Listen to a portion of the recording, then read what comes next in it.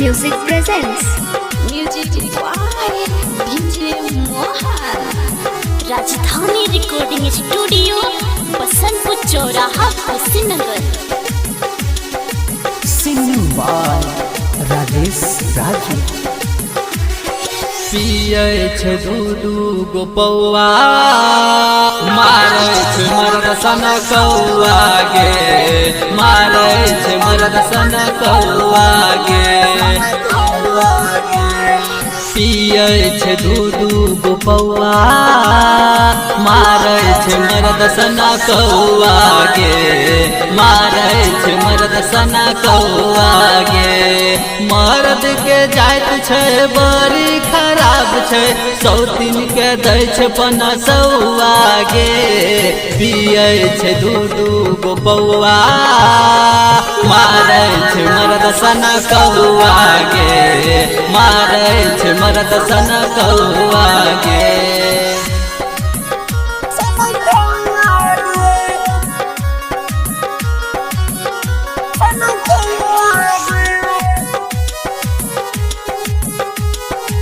Music by DJ Mohan.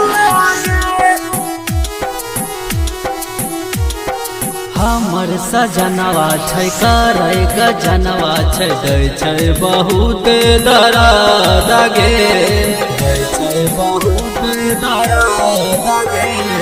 आधी आधी रतिया के जाय छै बहरावा, रहै छै सौतीन के घर गे।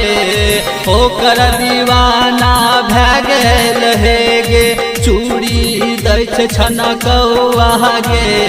पियै छै दूधू गो पौआ, मारै छै मर्द सन कौआ गे, मारै छै मर्द सन कौआ गे।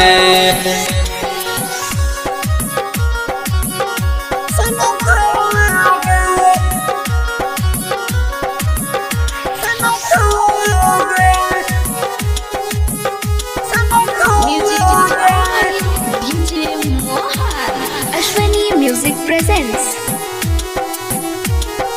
आलम अस्ताब नीरज के साथ रहै छै उ दिन भर गे, रहै छै उ दिन भर गे। उ छोड़ी ध्वजिया हमरा बलम से लूटै छै खूब लहर गे।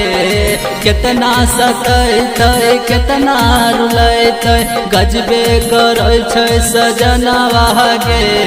पियै छै दूधू गो पौआ, मारै छै मर्द सन कौआ गे, मारै छै मर्द सन कौआ गे। राजधानी रिकॉर्डिंग स्टूडियो बसंतपुर चौराहा कुशीनगर।